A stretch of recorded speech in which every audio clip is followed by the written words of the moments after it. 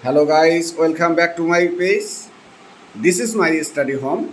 English has been taught here, different types of classes. Look at some students, they are the students of class 7 and 8. Because of shortage of time, I will teach them at a time.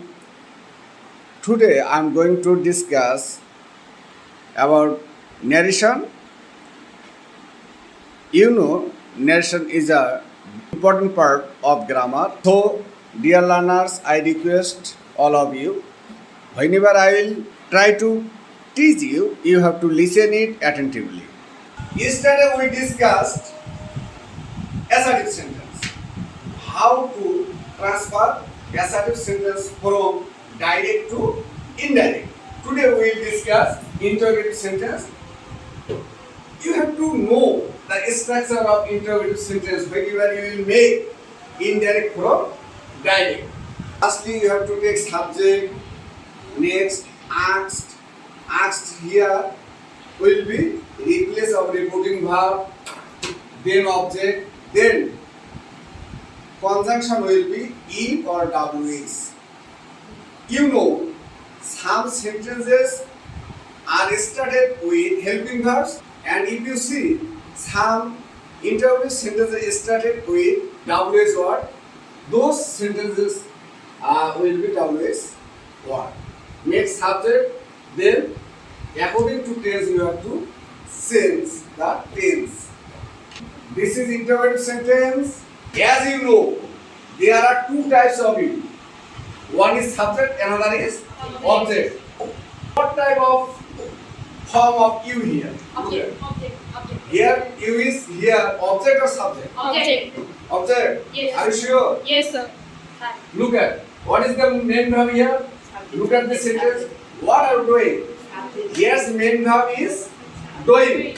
So you have to bear in mind that if you see any you before main verb, then it will be subject, and if you see you after main verb, then it will be object. So of course you here subject. Yes, you will be changed with henna. So what will be its subject? She. Henna's pronoun you have to use here, she. And look at the tense. Here you need not find out the tense, because if you see some helping verb, then if you change the helping verb, then it will be change your tense. So here helping verb is are. Whenever we will see am, is, are, we have to use was, where, replace of am, is, are. So after she, here helping verb will be was. She was what she was doing. And of course you have to use the full stop. Okay? শিক্ষার্থী বৃন্দ, তোমাদের সুবিধার জন্য আরেকবার বলতেছি বাংলায় interrogative সেন্টেন্সের আমাদের স্ট্রাকচার হচ্ছে সাবজেক্টের পর রিপোর্টিং ভার্ব, যেখানে সেট থাকবে সেখানে আমরা আস্ক ইউজ করব।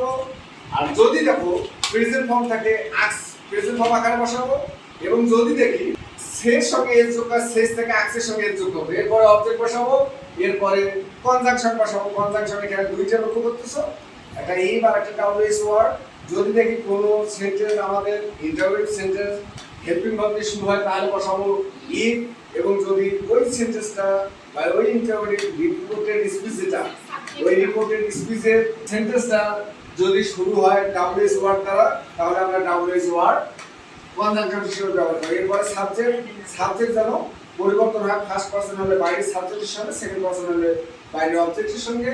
এরপরে according to tense you have to change the tense. তারপর টেন্স অনুযায়ী তোমাদের পরিবর্তন করতে হবে।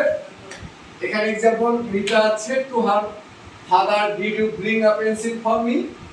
এখানে যেহেতু বাইরের সাথে মিতা আছে, মিতায় লিখেছি, সেড টু জায়গায় রিপ্লেস করে আমরা আস্ক বসাইছি। কেন? সেড যেহেতু সেড পাস্ট ফর্ম সেড। এরপরে অবজেক্ট হিয়ার লক্ষ্য করো, হার ফাদার। এরপরে কনজাংশন, কভার জায়গায় আমাদের কনজাংশন বসাতে হবে।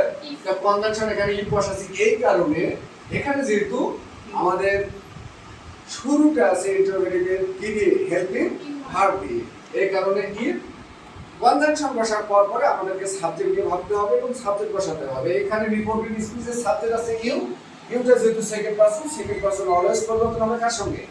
বাইরের সাবজেক্ট, দ্যাট মিন্স যে কথাটা শুনবে তার সঙ্গে।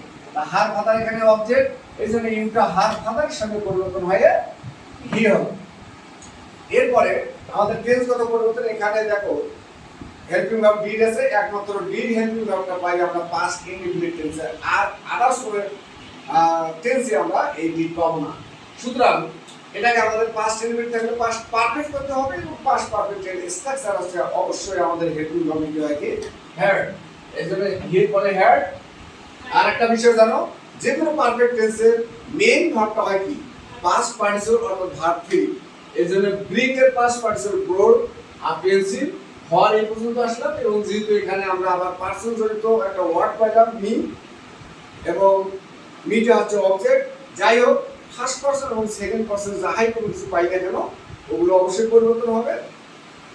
ফার্স্ট পারসন গুলো পরিবর্তন হবে বাইরের সাবজেক্টের সঙ্গে, আর সেকেন্ড পারসন পরিবর্তন হবে অবজেক্টের সঙ্গে। এখানে অবজেক্টের সঙ্গে পরিবর্তন করলাম না, এই মিটা আমাদের পরিবর্তন হবে ফার্স্ট পারসন হওয়ার কারণে সাবজেক্টের সঙ্গে। যেহেতু মিটার সঙ্গে পরিবর্তন হবে, তা মিটারটা যেহেতু মেয়ে মানুষ এর প্রোনাউন হচ্ছে শি, এবং মিটা অবজেক্ট হওয়ার কারণে মিটার ও অবজেক্ট বসাবো আমরা কি ভাব। এরপর সেকেন্ড एग्जांपल লক্ষ্য করো, Rana said to Hena what are going. Rana এই সেড টু জায়গায় আমাদেরকে বসাতে হচ্ছে আজ, সেড পাস্ট ফর্ম হওয়ার কারণে অবজেক্ট হচ্ছে হেনা। এরপরে ওয়ার্ডটা কিন্তু কনজাংশন হিসেবে ইউজ হলো, কারণ এখানে ডাব্লিউএস ওয়ার্ড দ্বারা ইন্টারভিউ সেন্টেন্সটা শুরু। এরপর পরে অনেকে আমরা আছি কনজাংশনের পর পরে এখানে হেল্পিং ভার্ব পাওয়ার কারণে এখানে চেঞ্জ করে ফেলে, এটা করা যাবে না। কনজাংশনের পর পর অবশ্যই আমাদের নিয়ে আসতে হবে কি সাবজেক্ট।